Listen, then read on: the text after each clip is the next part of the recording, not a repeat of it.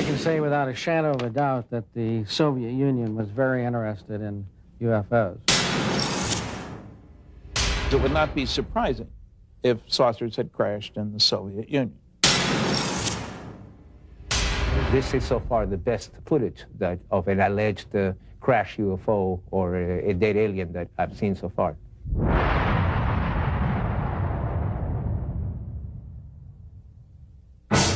Fact 1.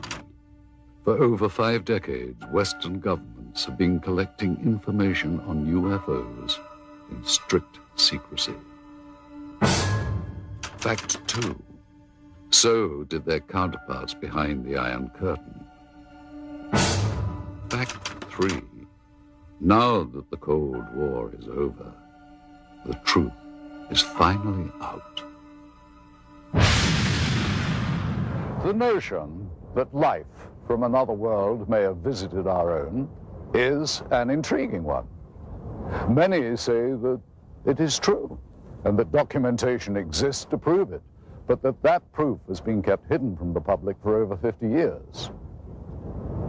With the end of the Cold War has come some intriguing, if not surprising, revelations. Western governments, apparently, have not been the only ones gathering information on UFOs in brutal secrecy. Hello, I'm Roger Moore. Join us now as we embark on an amazing journey of discovery, of international intrigue, and possible interplanetary visitation. Join us as we search for the secret of the century.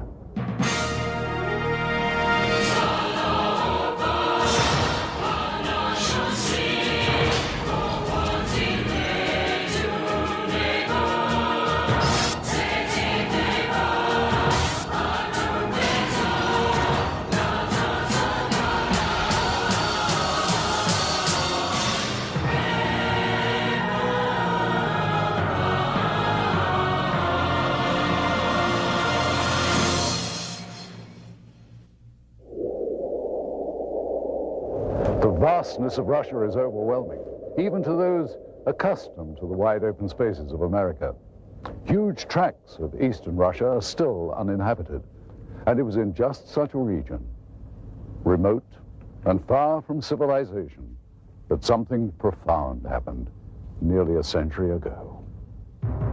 In the desolate Tunguska region of central Siberia in 1908, something fell from the sky and exploded on the side of a hill. This event triggered an enduring mystery that scientists are still unable to adequately explain. There have been other well-known cases of UFO phenomena, but it was the Roswell incident that changed the way that government officials thought about UFOs. Researcher Paul Stonehill has done extensive work chronicling UFO sightings in the former Soviet Union.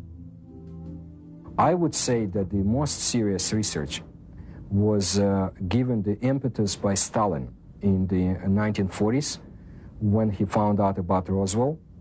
It was then that the KGB and the military separately had initiated studies of UFOs. The KGB, as far as we know, had never ceased studying them. This Soviet Air Force footage was obtained by a group of Russian ufologists. It was declassified by the USSR's Ministry of Defense just before Boris Yeltsin took power. What we are looking at is a view from the cockpit camera of a MiG-23 Flogger, scrambled to intercept 2 unknown targets. What we see now is an apparent merging of the 2 targets. Here is the same shot slowed down. These are obviously not typical flight characteristics of NATO or any other conventional aircraft. The MiG lost visual contact with this object or objects, and there has never been any official identification. By attending international conferences and exchanging information over the internet, researchers on both sides of the former Iron Curtain have been able to increase the global understanding of anomalous phenomena. Richard Haynes has been to Russia many times and has worked with many of that country's researchers. Soon after the perestroika, the fall of communism, approximately 1990. I said to myself, I think this is the right time to initiate opening doors with the East, with people on the Eastern Bloc who are sitting on their own piles of data, but we don't know about it. Likewise, we're sitting on piles of data that they don't know about. And so I started corresponding with friends, and we formed this joint USA-CIS Aerial Phenomena Federation. And we're now serving a very positive role, which is information exchange. The next clip was shot from a MiG-25 Foxbat, and what we're about to see is actually an American F-16 Falcon about 200 meters away. What happens next is that a new object appears from behind the clouds. It was not identified.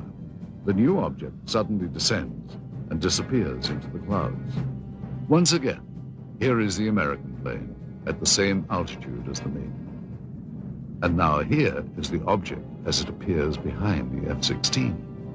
And here it emerges from behind the F-16, then goes down and enters the cloud bank.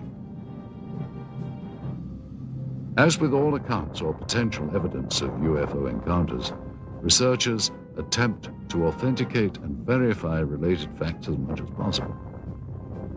In general, the more spectacular the report, the more important the verification.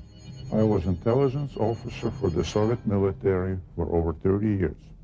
My son is a pilot in the Russian Air Force now. I can say for certain that there were numerous occasions where Air Force and Navy fighter planes intercepted what we thought were NATO aircraft, only to find that they were not airplanes as we know them, and not belonging to any nation on Earth. It's no secret we would send planes into their airspace. They would fly into our airspace. It's like a game, like a test, constantly trying to test the response of the other side. Only sometimes, someone would get shot at. In this case, neither the Soviets nor the Americans seem to have any clue as to what this third object is. I'm telling you, even when you blow it up, it's impossible to identify. It appears to be about 4 or 5 meters across, moves with characteristics unlike any conventional plane. Now, in this final piece of footage, we will once again be looking at a cockpit camera view, this time from a MiG-21. The camera plane and 3 others were scrambled to intercept an unknown craft flying at very high speed, which is visible here as a large, cylindrical-shaped object. And as the Russian planes close in, the UFO suddenly picks up speed and disappears. Here it is once again. You'll notice the cylinder seems to be traveling at about the same speed as the MiGs until about here. And then it seems to increase its speed, which, according to pilots, must have reached at least Mach 3 in about 10 seconds. A lot of this footage was declassified after the Soviet military failed to identify the object seen here. This one shows an interception attempt by MiG pilots. There were many cylindrical object interceptions that were reported and investigated. We were interested in the high-speed potential of these objects. The size of this one is estimated to be about twice the size of a MiG-21. With technology available to us and the Americans, it should not be able to move as fast as it does. Hey, this footage is still interesting because I don't think the Russians had any idea what they were dealing with here. Their fighters were at least as good as ours, and yet here is something that is completely beyond their capability to intercept. The acceleration rate of this thing is impossible for any aircraft that we know of. There was one tragic incident I know of occurring in the early 1970s, in which MiG-21s tried to shoot down an unknown craft flying over Western Russian airspace, which failed to respond to Soviet pilots. The pilots used standard intercept procedure to expel foreign planes out of Soviet airspace.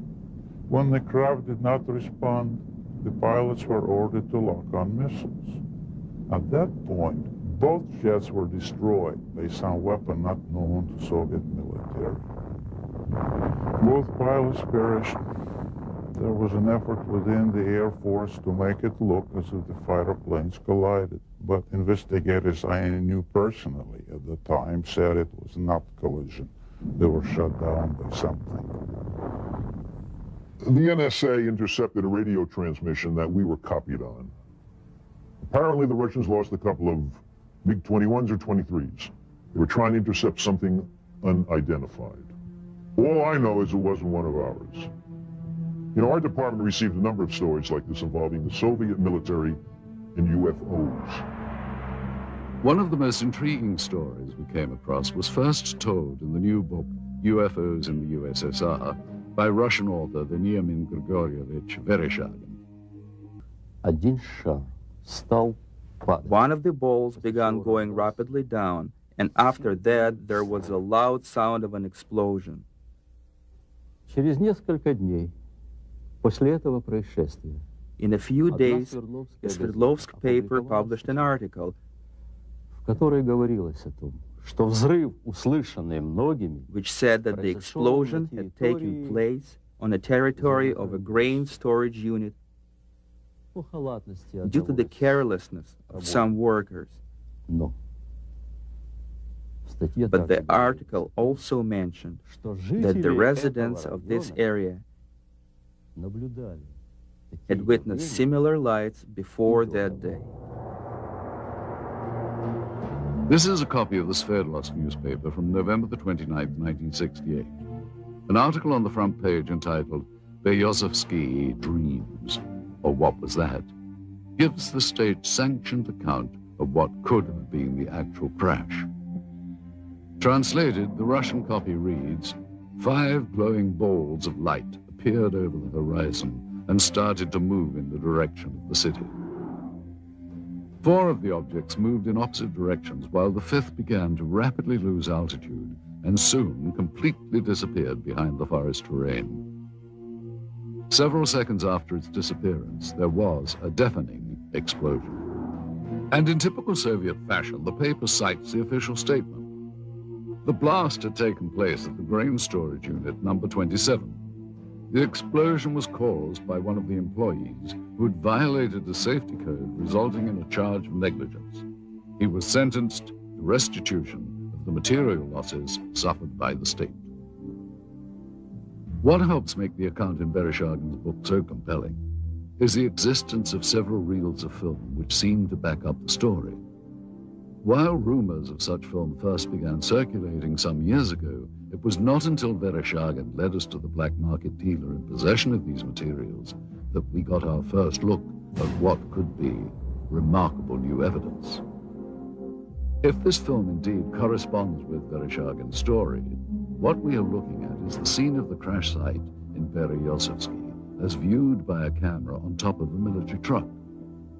The focal point of this scene is here, and indeed appears to be a disc embedded in the ground. Here we see soldiers exiting the truck, led by a captain. The troops are met by another officer, this one a major, and then they join other soldiers and officers already on the scene. This footage is one of 4 reels of film acquired during our investigation. The 2 groups that have, without question, been exchanging information freely are the Russian and Western ufologists. It's with a sense of full cooperation that much of the formerly sensitive information has surfaced. At one end of the spectrum are simple UFO sightings, which are often accompanied by film or video footage. At the other end are accounts of actual contact with alien beings, for which most bona fide researchers retain a healthy dose of skepticism. Interestingly, many psychiatrists and psychologists have placed considerably more credence in stories of alien abduction than ufologists. Though no such encounters have been officially reported in the former Soviet Union, and in spite of efforts by the government to deny their existence, documented cases do exist. Typically, the abductee reports seeing a blinding white light, usually hovering high above. These abductees have reported under hypnosis that they feel compelled to approach the light, as if they are somehow being drawn towards it. Some have reported seeing doors to the crafts actually opening for them. As with their reaction to the light, they feel compelled to walk through. Most abductees have not been able to describe the interiors of these crafts, other than recalling swirling mist and bright lights. Most reported alien abductions include harrowing accounts of medical experiments. Subjects describe an examination room of some kind. Many have reported strange probe-like tools being used on them, and they recall the frightening sensation of being examined, though simultaneously being unable to do anything about it. Typically, the abductees will then find themselves back where they were when they first saw the light, having no recollection of what just happened. Other times, however, upon checking their watches, they discover that several minutes have passed without their ability to account for it. They literally have lost time. Many abductees have their memories triggered by a mark found on their bodies, the kind they would associate with a needle or some other medical instrument. And not surprisingly, no such report has ever been verified 100%. And yet these stories continue to proliferate. Are these people really being abducted by aliens, or, as some now claim, by members of a secret government agency? The austere building behind me once housed what was undoubtedly the world's largest and most feared intelligence agency. Why would the KGB be so interested in what many consider to be science fiction? From the beginning of the communist era, the Soviet leaders relied on a strong secret police to act as watchdog and often executioner for their rule. This was not a new concept for Russia. During the rule of Tsar Nicholas, the secret police was everywhere, its agents spying on everyone. There were agents watching every train station, hotel, and theater. Shortly after the Russian Revolution, the first Soviet government approved the creation of their own secret police. It soon became a powerful mainstay of the Soviet system. To ensure the continuation of communist rule, the main domestic role of the secret police became to seek out counter-revolutionary views and ensure that those holding them were dealt with. After the death of Stalin in 1953, the secret police became known as the Committee for State Security, or KGB. As the Cold War heightened under Khrushchev, this was also the era that boasted the growth of the KGB's image as an international spy agency. Foreign espionage was at its height. According to Western authorities, the KGB managed to infiltrate every major Western intelligence service. During the height of its existence, the KGB was the largest secret police and espionage force in the history of the planet, with more than 300,000 agents. Its body consisted of 17 separate units charged with such concerns as counterintelligence, foreign espionage, and internal security. The division known as the Scientific and Technical Directorate was the unit responsible for the acquisition of top-secret technological information and materials, including those not originating on Earth. The government body that had the most interest in anomalous activity was very possibly the Soviet military. Did high-ranking officers of the Russian armed forces really believe they could gain a military advantage from UFOs? Though there has been much speculation on the exact nature of the Roswell incident and reports of actual alien beings, conclusive evidence of such encounters has proved elusive. In 1997, the U.S. Air Force issued a follow-up to its earlier Roswell report, which they subtitled Case Closed.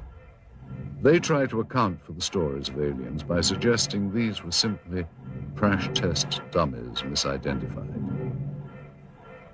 So it was with a sense of both excitement and caution that we examined the footage recently recovered in Russia. This reel contains images of what appears to be a scientific or medical examination of organic body parts. The individuals seen here appear to be forensic pathologists or biological research scientists. Speaking in Russian, they are seen inspecting the specimen, the leader of the procedure describing his actions and the measurements they are taking. After several minutes of this, there is a change in camera angles.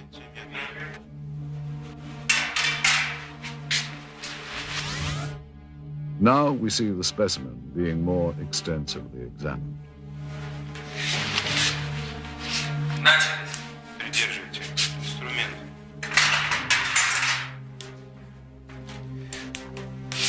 Ткани разрезаются тяжело. Пробуем кусачки. Придерживайте. Ребра пытаюсь перекусить. Так, нож. Tools are used to cut open what the leader constantly refers to as tissue. Что-то белое попадает. Очень ригидные ткани. Давайте попробуем другим. Придерживайся.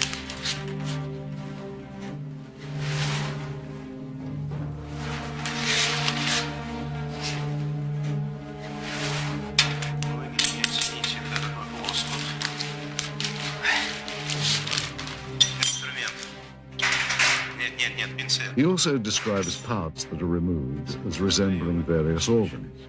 Записывайте, достаем внутренние органы, надрезаем похожую на клетчатку внутреннюю ткань. The camera angle changes again.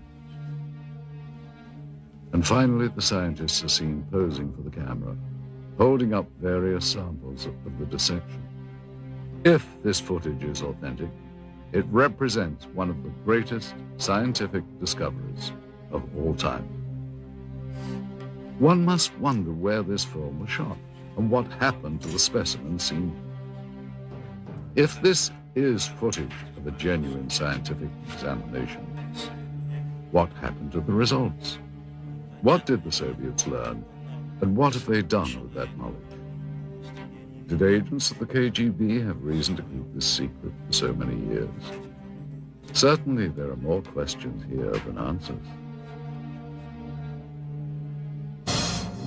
Russia has had countless UFO sightings.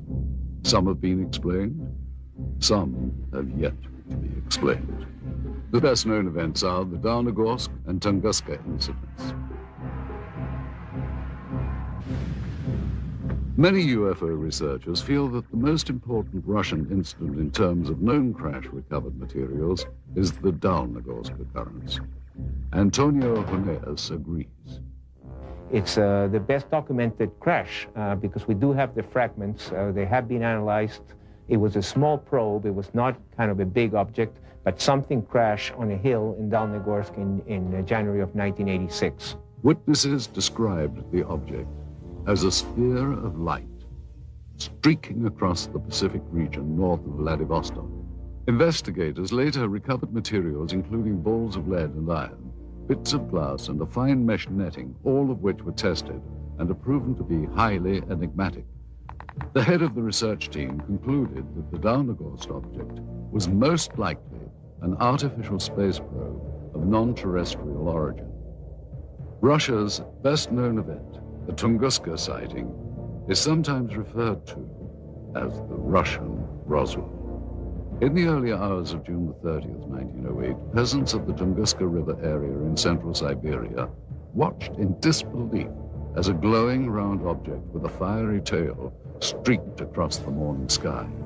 The object crashed in a remote region of pine forest, exploding in a brilliant ball of flame.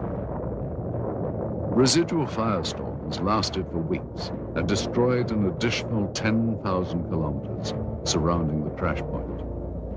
Although the event preceded the atomic bombings of Hiroshima and Nagasaki by nearly 40 years, the aftermath of Tunguska was frighteningly similar to that of the bombings in World War II. The result was the destruction of an area larger than that of Los Angeles or Moscow. Oddly, upon investigation some 20 years later, no impact crater of any kind could be found. Researchers have formed various opinions of what actually happened. The most common beliefs are that it was a meteorite fall, a ball of lightning, or an earthquake. Many have cited that none of these answers are possible and that the phenomenon was more likely the crash of an extraterrestrial craft. It has been speculated that the governments of many countries throughout the world have been gathering information regarding UFOs. Nuclear physicist Stanton Friedman agrees. There's no question that military and intelligence groups overseas are collecting data, whether it's in Brazil or Australia or in England. So the KGB has collected information. I've talked to people who've gone to the Soviet Union, who have obtained some of that information. I have met a Soviet cosmonaut and other researchers over there. There's no question they're interested. And again, the republics which used to constitute the Soviet Union cover a huge area. They too were monitoring the skies because they were afraid the United States was going to bomb them. So when you monitor the skies, you pick up UFOs, no question about it. During the communist reign, there was no official admission of Soviet interest in extraterrestrial activity. It has been only recently that this fact has been confirmed. The former secretary of the Commission on Anomalous Phenomena, Alexandra Petyukov, confirmed that an official state-controlled body did exist. В рамках этой комиссии, когда в силу своей деятельности она начала планомерный сбор информации. During the Soviet era, we started to regularly collect information from the public and received more than 15,000 reports. The thing is that the Commission was an official public organization. It had an official address. Today, the mindset in Russia is far different from what it was during the communist reign. Under communism, they were told that UFOs didn't exist, but just the fact that they were told they didn't exist made people believe that they did exist, because the government was also denying. They were saying there was no crime in Russia and accidents didn't happen. You know, I mean, that everything was censored and given this rosy picture, which of course people knew better. It was in a small house on a side street near the Academy of Medical Sciences. The British and American spies met with informants throughout the 60s and learned of one of the most bizarre plots in the world of intelligence. During my involvement for a period of at least 6 years, Soviet counterintelligence operatives played cat and mouse with Western agents in Moscow who were interested in our advanced technology programs. Some new weapons and propulsion systems were being developed, and the CIA was using any means to get information from anyone involved with the project. Well, I was in Moscow for a year and a half. I had 2 other agents and a guy from the British Secret Service. We routinely debriefed 2 Russian informants who worked for the Ministry of Defense. We would exchange hard currency for information on new military technology. Some of this technology was definitely related to UFOs. One way we often dealt with such incursions was to feed false information through double agents to give American and British bad leads. Well, we knew the Soviets were onto something after we started getting all kinds of smokescreen intelligence. That was a sure signal that they were hiding something. It was an indication that they had recovered something near Sverdlovsk. They were keeping it very secret. Senior research scientist Dr. Richard F. Haynes believes the Soviets had good reason to be interested in UFOs. It's my understanding that the Soviet military has had a continuing interest in UFO phenomena for very, very many years. And the reason being that their air traffic controllers, their radar sites, their military pilots had been reporting things, just as ours had, and they had no explanation for them. And so the first possible explanation would be that it's a foreign nation test or espionage or something like that of a military nature. And if you're in the military yourself, then you take that very seriously and you explore it. This film footage certainly seems to depict interest by Russian military personnel in the object that is seen sticking out of the ground. Soldiers, officers, and civilian-clothed agents are deployed around the site, and they appear to be both guarding and examining the object. This is what we found on one of the 4 reels of film obtained in Russia. After viewing the footage, we were able to determine that it was most likely shot with 2 separate cameras. One apparently a handheld camera, which starts out on the approaching truck, and a second one seen here on a tripod. As the soldiers march past, you can see the cameraman turn to follow the troops. Here we cut to the other angle, the point of view from the tripod camera. And here you see the handheld camera as the truck pulls up. Both cameras change vantage points several times during the film, as if to get better views or perhaps under orders of a superior.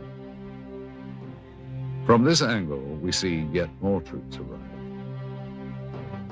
Author Veniamin Vereshchagin describes the event.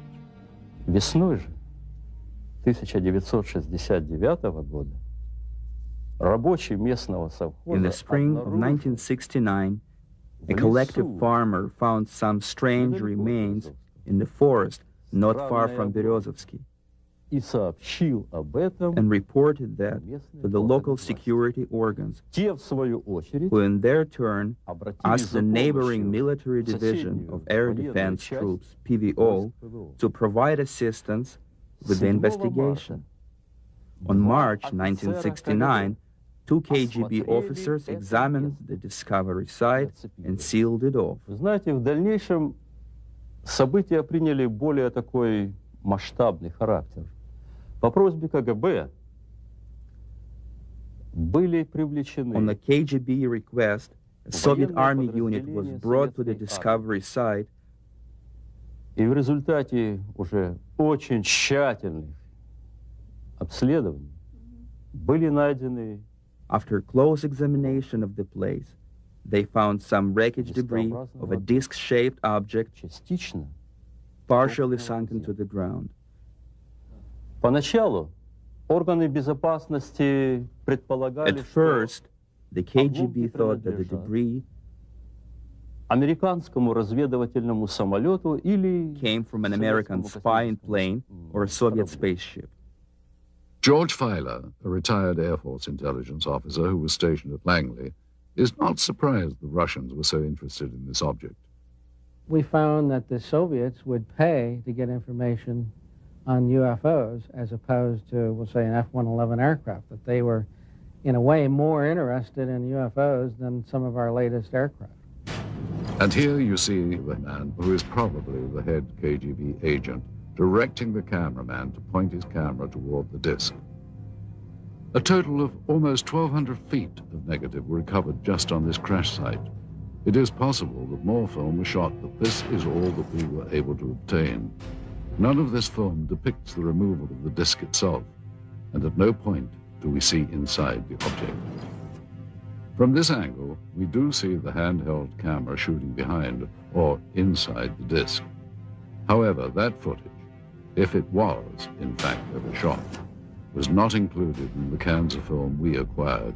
We can only speculate that it may still be at large. We must also speculate on how the object ended up here. Based on information from Vereshchagin's book and what we can see in this footage, we have created this computer-animated version of how researchers believe the crash may have occurred. The questions then become, where did this object come from and how did it come to crash here? And more importantly, what has happened to it since?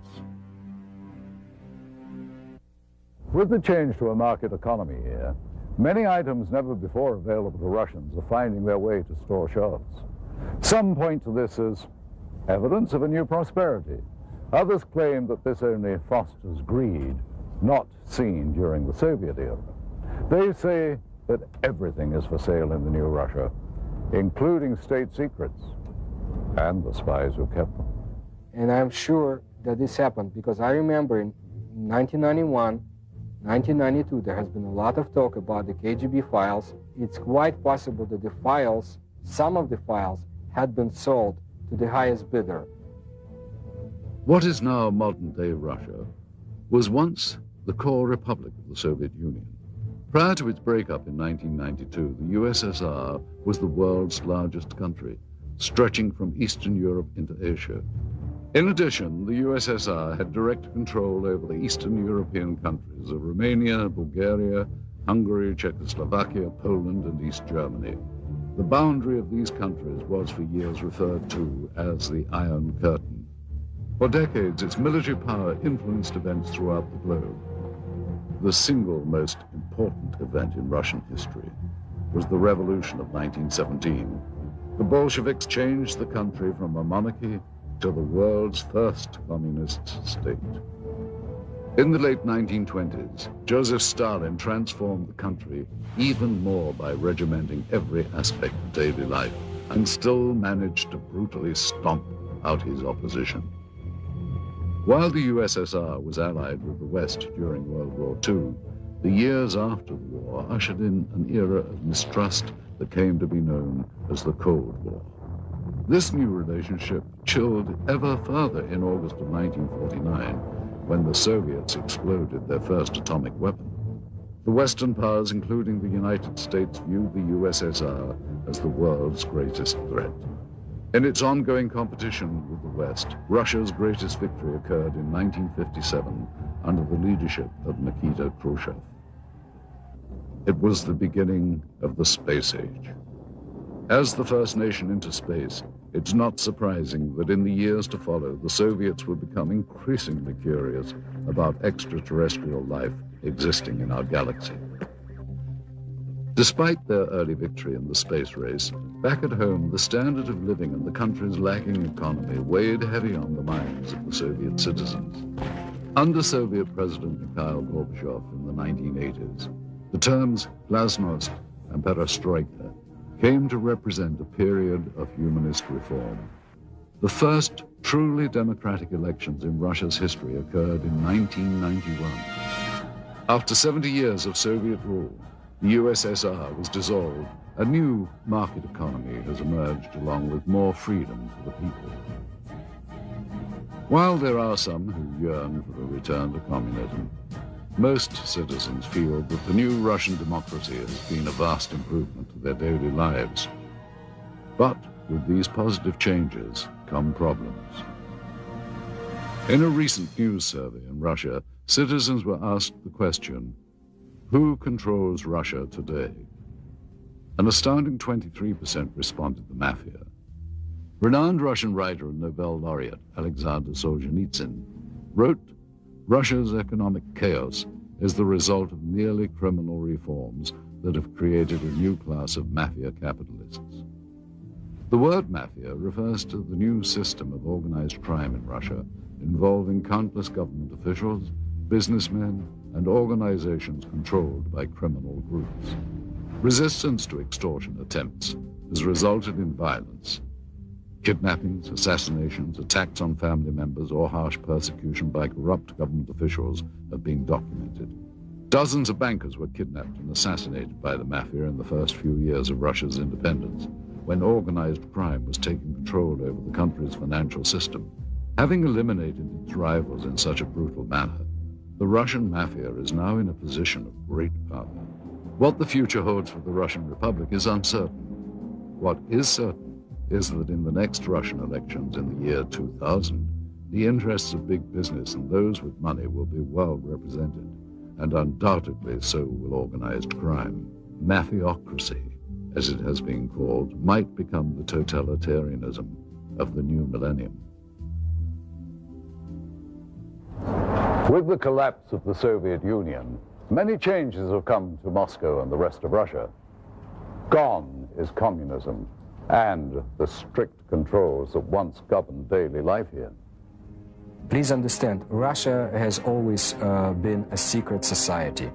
Just recently, we found out that the secret police had kept records on UFO phenomena, and some of them had been released only recently. Some, not all, coming to light now. Case in point, the intriguing film footage we had acquired. Proof, some say, of alien visitation. Being that this material is of such sensational nature, we had many questions regarding its history. Little information was provided us by the black market dealer from whom the film was purchased. It is likely that such materials were kept stored in a holding facility, a vault located beneath KGB headquarters perhaps, reserved only for those with the highest level of security clearance. Kept safe in underground storage for decades, the film was probably only handled by a select few who would have known of its existence. After the collapse of the Soviet system, there was a transitional period marked by confusion. Accountability to the old regime dwindled, and closely guarded property lay vulnerable to the changes sweeping through the crumbling Union. Those with connections under the old regime found themselves perfectly positioned to exploit the situation. There was a lot of chaos when the Soviet Union, disintegrated.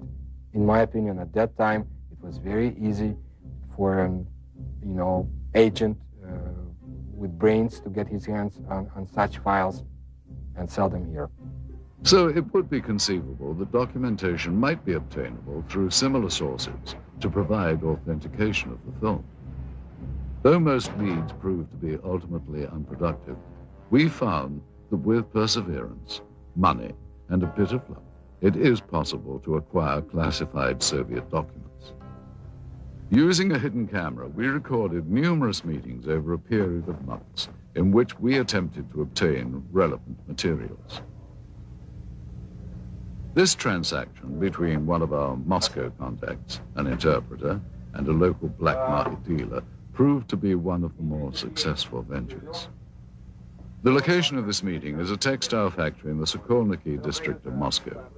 This office is that of the Russian entrepreneur who owns the plant and is used for both legitimate and illegal business.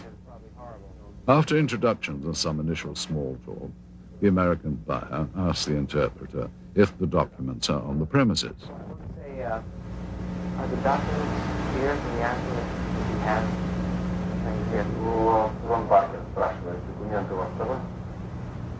Юра, ты мне задал сложную задачу. Достать такого рода документы было очень просто. Я понимаю, именно поэтому мы обратились к вам, потому что Федор очень рекомендовал вас самому лучшему. Конечно, я знаю нужных людей, знаю, как достать такие документы, но это было совсем небезопасно. What's this out here? Мы ценим это очень, и именно поэтому мы обратились к вам. Хорошо, работаем. The businessman tells him that he has had difficulty in obtaining the documents and the price has gone up. He is told that it is impossible to come up with any additional money. Да, мы договорились. Ты должен понять, что достать такого рода документацию это совсем небезопасно. Не, я понимаю. We only have 10,000. Да, у нас только 10 тысяч. Понимаете, в этой сумке? Ну, не знаю, не знаю.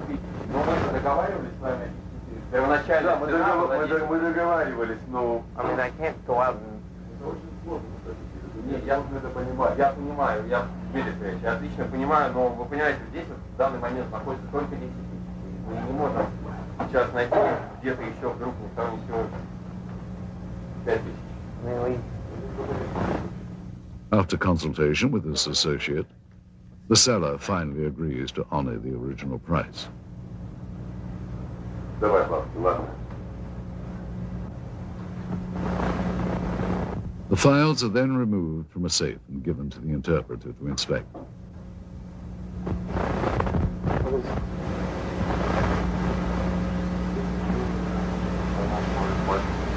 This is KGB? Yes, this is KGB. This is some report about extradition deadlock. Does this look... Do you think this is... Он просто хочет убедиться, что документы подлинные. Конечно, official KGB. After inspection of the documents and a cursory verification of their authenticity, the transaction is completed. Okay, well, we should pay Mr. Chevalier and... Money changes hands, and what was once property of the state now becomes much sought-after evidence for UFO researchers. What made this transaction so successful was that among the pile of documents acquired, several were extremely enlightening, including a top-secret KGB report on Operation Sverdlovsk Midget and a request for military assistance from the Soviet Ministry of Defense. While the ability of Western governments to keep secrets is hotly debated, one thing seems certain. Behind the Iron Curtain, secrecy was standard operating procedure. Here, under the Soviets, freedom of the press and government accountability to the public were virtually non-existent. Many believe that the American government has had more than a casual interest in the possibility of extraterrestrial presence since early in the 20th century. Certainly since reports of flying discs in Roswell, New Mexico in the late 1940s, U.S. Defense Department and intelligence community involvement in the investigation of UFOs has been documented. Aside from the former Project Blue Book and 2 recent Air Force reports attempting to close the case on Roswell, there has been little made public by the government regarding its interest in UFOs. One organization that apparently did study UFOs was the Central Intelligence Agency. Since the Cold War era, it has been alleged that the CIA has actively sought after, on a priority level, the acquisition of any Soviet information that relates to alien contact and technology. One person who confirmed such allegations is this man. An agent with the CIA for 6 years, his area of expertise was Russian interest in anomalous activity. Though now employed in the private sector as a security analyst, he has asked not to be identified due to the sensitive nature of both his former status and his current position. I joined the CIA in 1989, straight out of college. My mission was to monitor and infiltrate the Special Sciences Section of the KGB, a unit of Directorate T, which was a division of the First Chief Directorate. Special Sciences Section's goal was to obtain, analyze, interpret, and exploit any extraterrestrial knowledge. The Special Sciences Section was extremely interested in a number of reported UFO crashes over the former Soviet Union and the Eastern Bloc countries. From the intelligence that our unit was able to obtain, they had recovered at least one portion of a former crash site over the Soviet Union.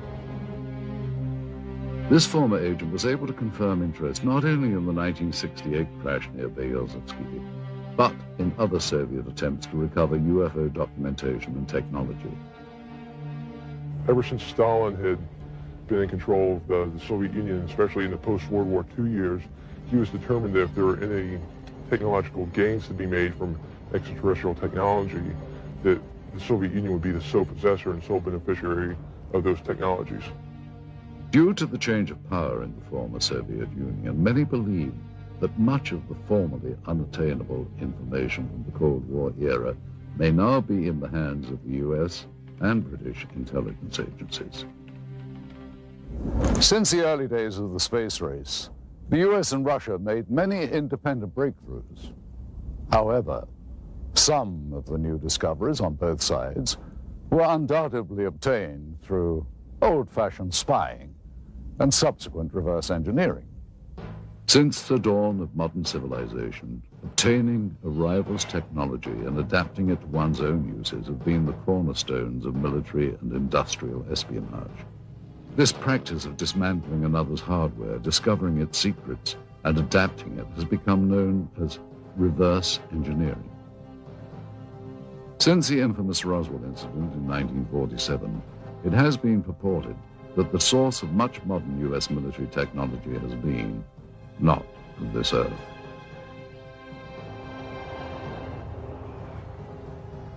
A number of technologies were either partially inspired or wholly inspired from what was recovered at Roswell. It's amazing that when you look at the profiles from both the sides and from dead on, how close to stealth technology and spy plane designs that the Roswell ship resembles. We firmly believe that she is the design Rosetta Stone and the holy grail for aerospace design technology. According to witnesses and UFO researchers, debris supposedly collected from the site indicated a technology superior to any existing on Earth during the post-war years. The possibility exists back in the 40s that because all this new technology came out of Germany, we had scientists from Germany that either we were testing new advanced concepts to us at the time, these rocket engines, which were brand new to us, or this was some kind of smokescreen, if you will, to hide or to put the Russians off guard, make them think we were further along than we really were. And there's been a history of misinformation on both sides trying to keep each other off guard, and that very likely is one of the possibilities. If it wasn't Roswell, we're probably doing it some other place. Such advances as the Hubble telescope and the Super Arbec missile engines are rumored to have benefited from alien reverse engineering. In addition to Roswell, there is another name heard frequently with regards to reverse engineering. The military facility located in the Nevada desert, commonly known as Area 51. One theory is that Area 51 is the hub of alien reverse engineering. But is the United States the only military power to have engaged in this secretive development of military technology? Or did Soviet military and intelligence organization reverse engineer technology from alien spacecraft that may have been recovered in Russia? Do the Russians have their own version of Area 51, located somewhere in the uninhabited parts of their vast country?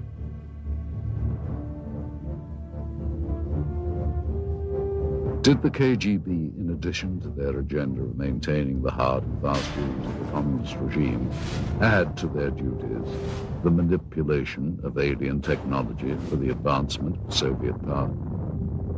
Thus far, of all documented UFO sightings that have taken place within the former Soviet Union, not one was publicly acknowledged by the KGB. While reverse engineering remains a common practice throughout the world, not only in the military, but industry as well, the question as to whether or not it has ever been used to obtain alien technology remains unanswered.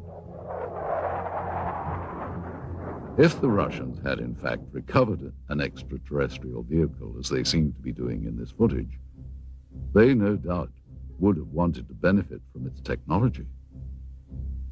We invited ufologist Stanton Friedman to view the recovered footage and to give us his input. It would not be surprising if saucers had crashed in the Soviet Union. And if somebody had monitored this on radar or from whenever, satellites, we had satellites, they had satellites at that time, or just a report from a local person. And the kicker is the fact that you get troops out there and a cameraman doesn't necessarily mean it's a flying saucer. We need to be a little cautious about jumping to conclusions. Now, I think that film is worth a detailed investigation. Those things cost a lot of money, actually, to go over it. You have different specialists looking at it. You know, are the uniforms correct for the time frame? Is the film actually made in the Soviet Union? We asked Russian film expert Sergei Goncharov to examine the film for its authenticity. He first explained the background of the film cans. And this is the name of the factory that manufactures the motion picture film in the city of Pereslavl. This is the type of film type A2, which is the emulsion.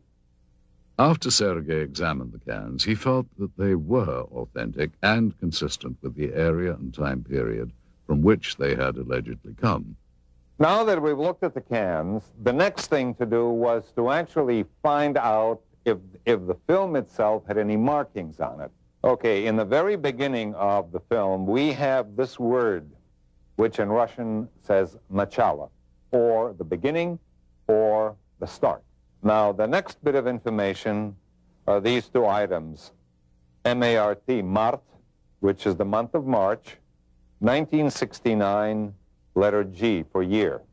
So the year of 1969, the month of March. Okay, then we have the two bits of information which says plyonka number 267. Plyonka in Russian means emulsion or film, could denote the reel, the roll, or a batch, and this, of course, is the number. The next thing we see is this bit of information. Совершенно секретно, top secret archive of the KGB logo and the word archive of the KGB. Finally, Sergei Goncharov compared the markings on the film itself to what was printed on the cans. As you notice right here on the edge of the negative, we have the word безопасная пленка, meaning safety film, and cheap A2 or type A2, which is exactly the information that you have on a can.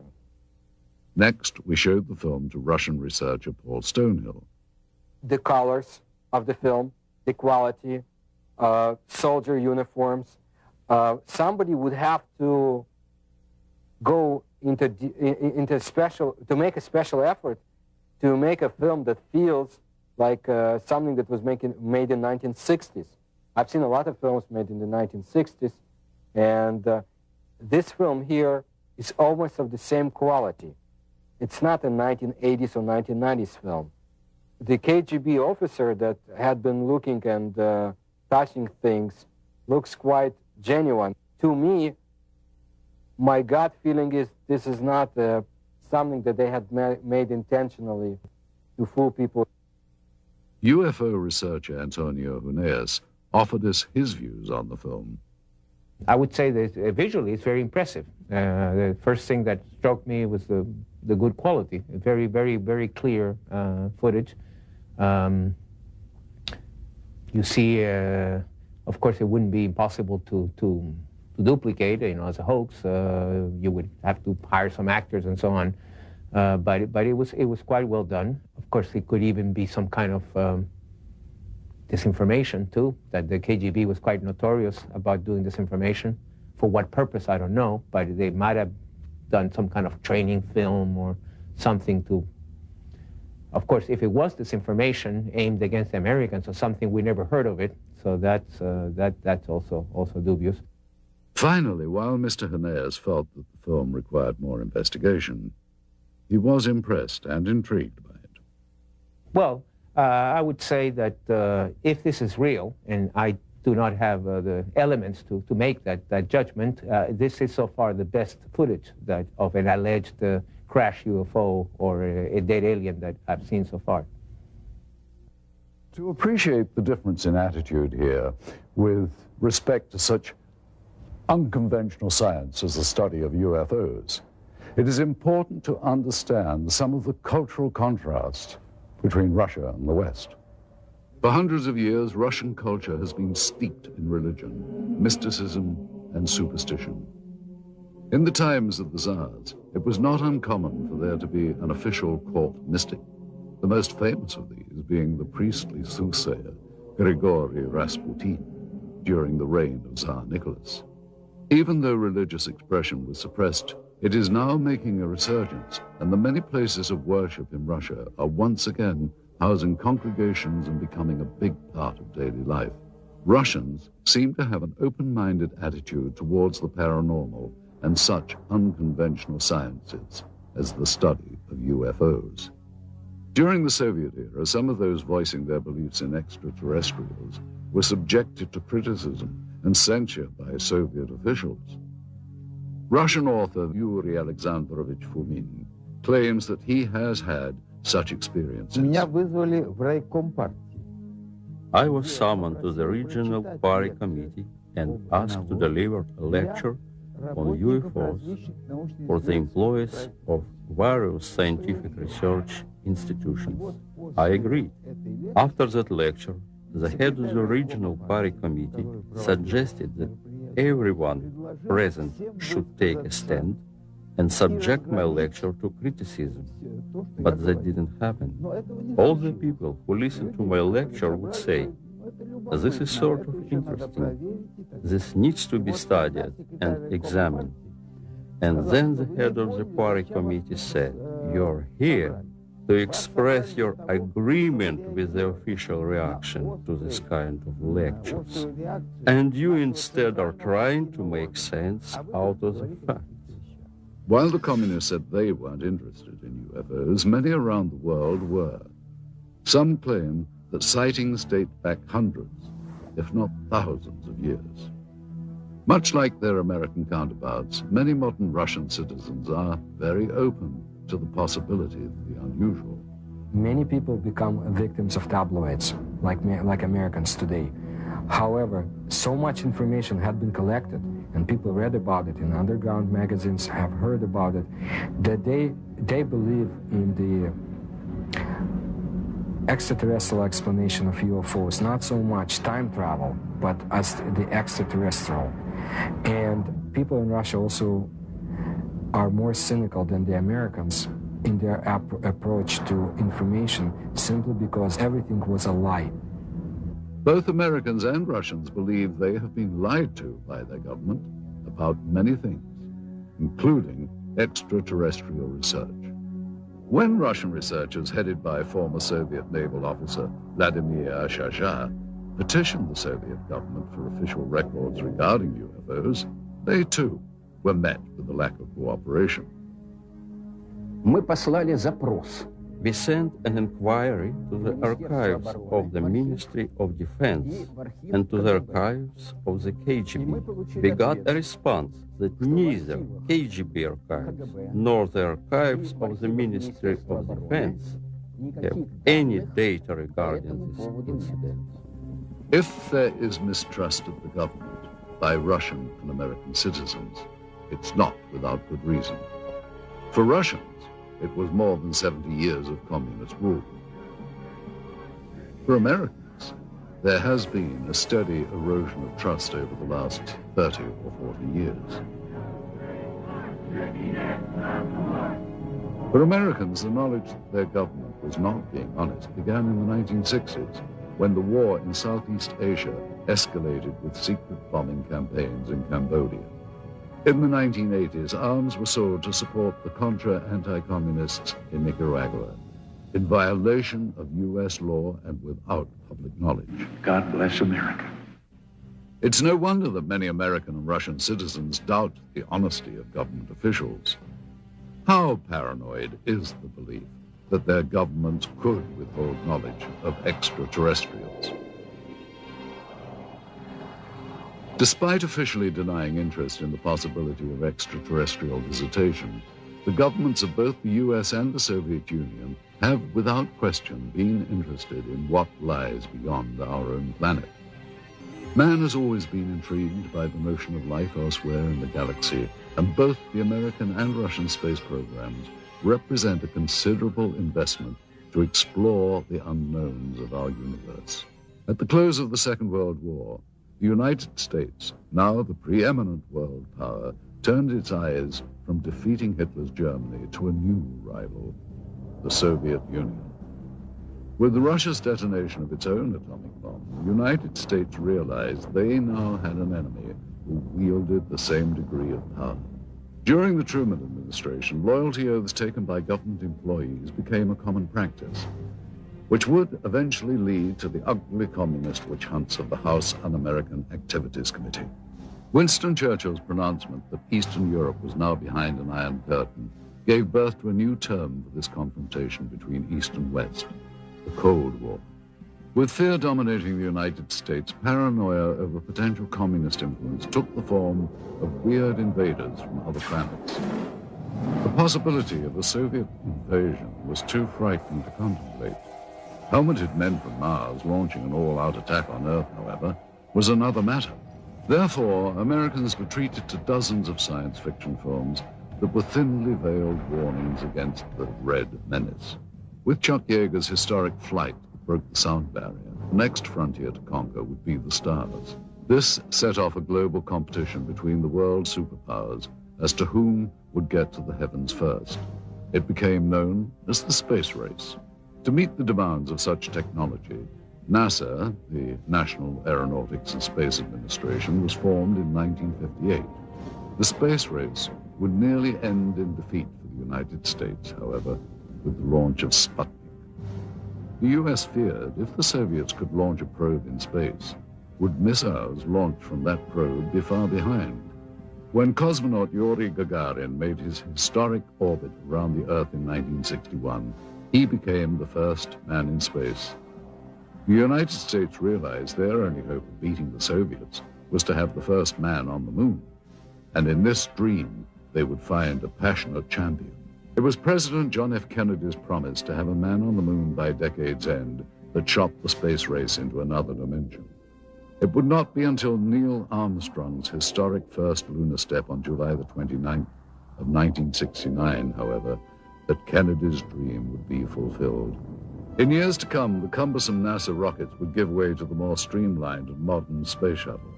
Even before the fall of communism, a new unity would develop between Russia and the United States. The petty rivalries of the past gave way to a new cooperation, which would culminate in the joint Russian and American crew of the space station Mir. Modern astronauts like Dr. Michael Foale would make history working with their Russian counterparts in space. At long last, the demons of the Cold War had been silenced. The first human beings in space were Soviet. Were the Russians also among the first to encounter beings not from this Earth? This footage, which seems to depict Russian pathologists dissecting what appears to be a non-human life form, requires further analysis. We once again asked Stanton Friedman for his comments. I don't know what to make out of it. I'd certainly say it's worth further investigation. By my standards, it's in my gray basket. Not black, not white, maybe. Worth following up on. We then asked film expert Sergei Goncharov if he thought that the film's characteristics on this reel were consistent with the time period from which it was supposedly shot. It certainly is consistent with the information on the can. It is negative. It's got the negative perforations. It's exactly what the information on the can indicated.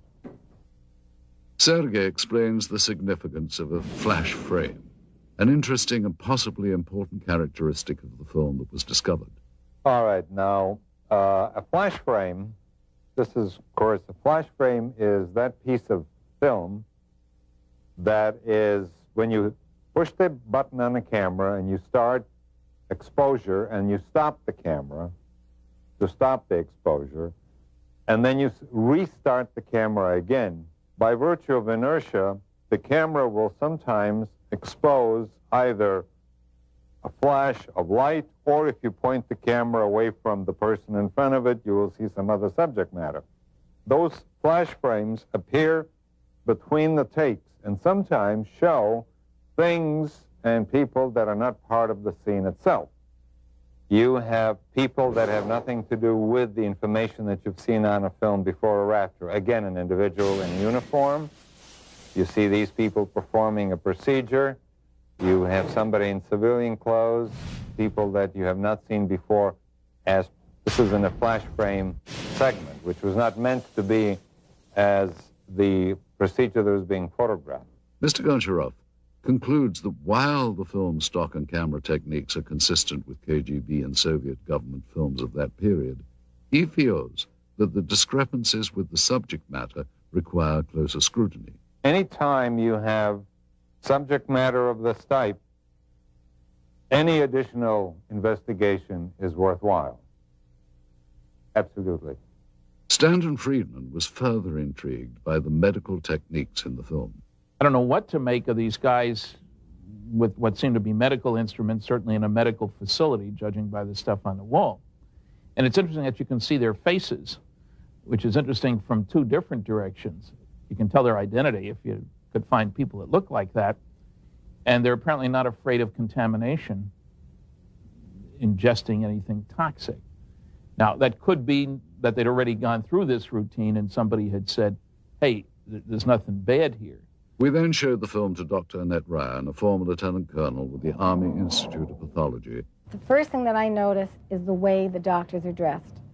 They're dressed in these pristine white lab coats, and I think it would be more common for them to be dressed in scrubs or even butcher aprons, unless, of course, they know that they're being filmed and they want to look good. They also look very young, but that is consistent with forensic examinations, and that's because senior medical staff usually don't get involved in this type of procedure. I also noticed that they're wearing rubber gloves, but they're not wearing any other protective gear. They're not wearing goggles, they're not wearing masks, they're certainly not wearing any biohazard suits. I would assume that's because they're not concerned with contamination. And this, of course, is typical of Russian-Soviet medicine. I mean, when we think of Chernobyl, just remember back that there was a terrible lapse in any type of protection. It certainly would not happen in the United States. I mean, it would be unheard of. Next, Dr. Ryan commented on some of the specific medical procedures. All right, what's happening here is that they're using dissecting scissors to open up the sternum, which is a common procedure at that time. He's using the proper tool. The way they're holding and using the various tools looks correct, which indicates to me these people know what they're doing. I would say there's little doubt that these are actual Russian medical people. Now, if you look closely at this procedure here, which is repeated several times in this footage, what they're doing is removing a piece of material. The one doctor refers to it as an organ or resembling an organ. Then the diener snips off a small sample which is placed in a specimen jar for later analysis. Well, that's exactly what would be done in a forensic case or in the case of scientific research, for instance, if some new species had been discovered. They would remove very small pieces for later chemical and microscopic examination. The lead doctor also mentions a structure he describes as resembling ribs. And here you can see what indeed resembles a rib cage, as if this was the torso of some anthropoid or human-like organism. Finally, though Dr. Ryan was unable to identify the subject matter, she believes that the techniques were consistent with those practiced in the Soviet Union during the late 1960s. We have little information about the specimen seen here, other than the pathologist's description and the KGB code name, Sverdlovsk midget. We wondered, though, how such a being might appear had it been recovered intact. Using only the images recorded on this film and the scant data available, technicians have constructed this 3D computer-generated model. Thus, with a bit of imagination and some forensic speculation, we have recreated what may have been the Soviets' possession of an actual being from another world.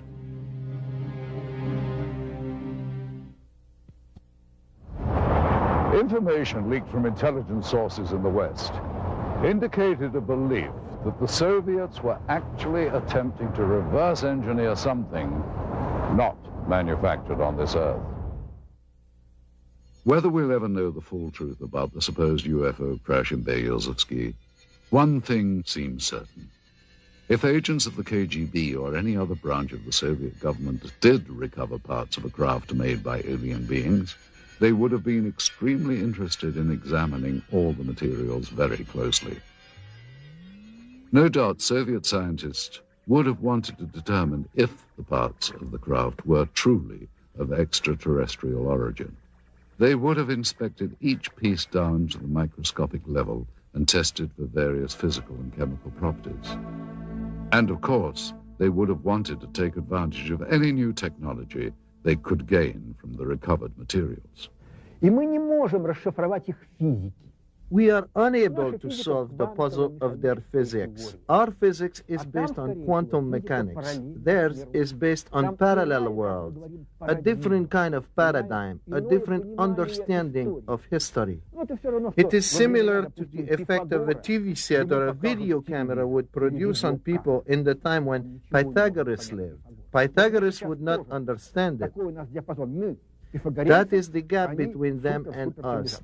That's why, however hard our engineers or technicians would try to decode their technologies, they would fail.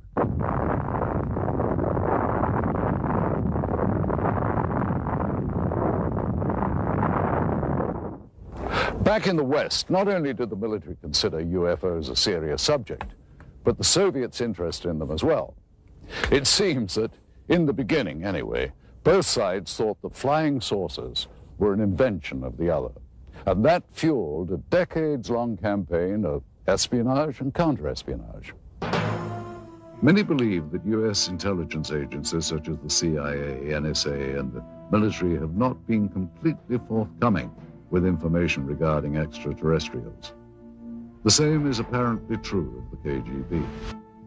Some claim that the KGB, as well as the U.S. government, may have been using the UFO phenomenon as a smokescreen to cover other top-secret activity from the very beginning. Former NASA scientist Dr. Richard Haynes concurs. Well, all I can say is that there are verified documents from Stalin's time that showed he had an intense interest in Roswell, what was going on in Roswell, New Mexico in about mid-40s. Well, that makes very good sense from the standpoint that that's where our atomic bomb group was, 509th Bomb Group, from which Hiroshima and Nagasaki events happened, ultimately. That's where the pilots trained.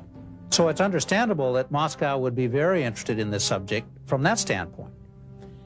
If UFOs are a cover, they have been used very effectively by both sides. So it's to the convenience of the Russian government, Soviet government, to continue the charade. It can be considered a form of disinformation. There is an alternate theory regarding UFO disinformation. Many researchers believe that the government may be intentionally drawing attention to the less credible, self-proclaimed ufologists as a means of lowering the perceived credibility of all UFO research. Alien abductees and conspiracy theorists are most often the least believable, and at the same time, the most visible. Russian rock and roll singer Natalia Medvedeva claims to have known several people that have had contact with aliens. One guy died, another got paralyzed, the third one became a heroin addict and could not overcome it. Sergei Borisovich Proskuryakov is a Russian researcher who has studied anomalous phenomenon and pyramidal constructions. His beliefs may also seem unconventional. When I lived in Minsk, a KGB officer came to see me. He filmed all the documents I had. I couldn't escape anywhere. I believe they ended up in the KGB archive. I have information that my researchers of interest not as much for KGB or CIA as for presidential structures in the USA. Are individuals like these truly informed? Or, as some believe, convenient foils for government agencies with an agenda of suppression? Either way, their outspoken beliefs serve to discourage further investigation and make it much easier to simply write off any UFO account or evidence as nonsense. Most genuine researchers, however, believe it is imperative that all potentially genuine encounters with extraterrestrial intelligence be studied carefully. If something not from this earth had been recovered, it would have been brought to a classified military base high in the Ural Mountains, where super-secret operations are being conducted since the Second World War. This incredible footage depicts members of the Soviet armed forces and what are believed to be two KGB agents inspecting and recovering a crashed flying saucer. Russian author Veniamin Vereshchagin has an idea of the final outcome of this operation. Насколько мне известно, обломки аппарата. As far as I know, the debris and their organic parts were taken to Mytishi, где предположительно были сделаны, where the apparatus was disassembled, analyzed, and then back engineered. Неизвестно, что произошло с органическими останками. As for organic parts, но я имею сведения о том, что они были перевезены в дальнейшем. I heard they were taken to Moscow. What happened afterwards, I don't really know. His story seems to be backed up in part by one of the people who claims to have been involved in the operation back in 1969. We found ex-KGB staffer Pavel Alexandrovich Klimchenkov living in seclusion in the Bryansk region of central Russia. He remembers the strange wreckage found in Beryozovsky. At first, everyone believed that those debris were parts of some novelty aircraft manufactured in the United States or England. But having done some measuring and material analysis, we came to the conclusion that none of the domestic or foreign manufacturers known to us could have produced this apparatus, at least not in the conditions existing on this planet. И вот тогда поступил приказ из Москвы It was then that an order came to transport the debris to the base in Mytishi near Moscow. Together with several other officers, I was assigned to provide safety and security to these materials during their transportation. In attempting to verify the authenticity of this evidence, we have had the footage and the film itself examined by several experts. We also carefully studied the documents we had procured, which lent further credibility to what we had been told. Among the most telling was this top-secret KGB report specifically referring to Operation Sverdlovsk Midget and describing in detail the recovery operation at Beryozevsky. This document mentions the crashed disc, the organic remains, and the filming itself. There was also this secret order from the Soviet Ministry of Defense requesting assistance from military unit 67527. We looked closely at such elements of the footage as the uniforms and the arm patches worn by the soldiers. These patches seem consistent with the patch worn by such Soviet Army air defense companies as military unit 67527. They're all wearing winter coats, which don't appear to have much in the way of insignia on them. And that is not out of character for the winter coats. They would generally not contain much in the way of identification. These are all members of the same unit. I can see that the weapons are AK-type weapons. The main battle weapon of the Russian army, even up through today's date, is the automatic Kalashnikov weapon. Yeah, it's clearly an AK, fixed stock, birch stock, no muzzle brake, milled receiver, no question about it. That also seems to be consistent with the muzzles of the weapons that I can see in this film. In addition, we had notes from the scientific examination of the recovered organic specimen, which seemed consistent with the soundtrack of the dissection footage. With so many elements in seeming consistency, Vereshchagin's story becomes even more tantalizing and perplexing at the same time. Is it possible the Russians actually recovered an alien craft and its occupant 3 decades ago? If members of the Soviet Army had knowledge of a supposed UFO crash, then what happened to these individuals? And if they can't be found today, why not? In the course of our investigation, our goal was to follow every lead, to search for every scrap of information regarding the incident so named Operation Sverdlovsk Midget. The tenuous paper trail we have reconstructed using recovered government documents led us eventually to a lab of the former All-Union Scientific Research Institute of Biology. In attempting to obtain records on the individuals depicted in the dissection footage, we turned up these additional documents. 3 death certificates, all dated March the 24th, 1969, within a week after records indicate the examination was performed. Cause of death for all 3, cerebral hemorrhage. Dr. Ryan told us that the odds of this occurring naturally are next to 0. The former state-run institute is now a private teaching center known as the Moscow Medical Institute. That this is the same facility as seen in the film footage becomes obvious with a comparison of such fixtures as the stonework tables and the distinctive tiling on the floors. The difference is that one-time experimental procedures have been replaced by routine anatomy lessons with plenty of hands-on experience. Secretive operations are now openly administered educational opportunities. But we did find in the basement of the building remnants of this facility's past, reminders of a time when procedures here were not open to the public or subject to public scrutiny. What were the Soviets experimenting on in decades past at the Research Institute of Biology? The answer to that question is still yet to be found. Indeed, many questions about the film footage and the alleged Operation Sverdlovsk Midget remain unanswered.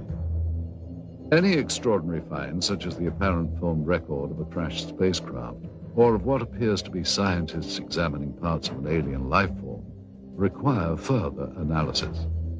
Yet it seems incredible that so many elements of this story from so many diverse sources appear consistent.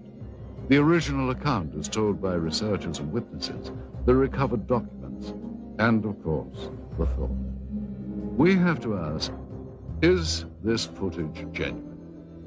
And if so, does it represent an actual case of alien visitation, or, as it has been suggested, was the footage created as part of a Cold War disinformation campaign? One other proposed possibility is that it was simply a military training exercise captured on film. Again, if it is a real UFO crash, where are the remnants? And what happened to the body of the alien being? With all that we have unearthed here, the big question seems to be, what is the significance of what are clearly some very profound discoveries? And will we ever know the full story? We hope you've enjoyed visiting Russia with us, and we hope you've gained some insights on what promises to be a continuing source of intrigue and controversy. Thank you for joining us. I'm Roger Moore in Red Square.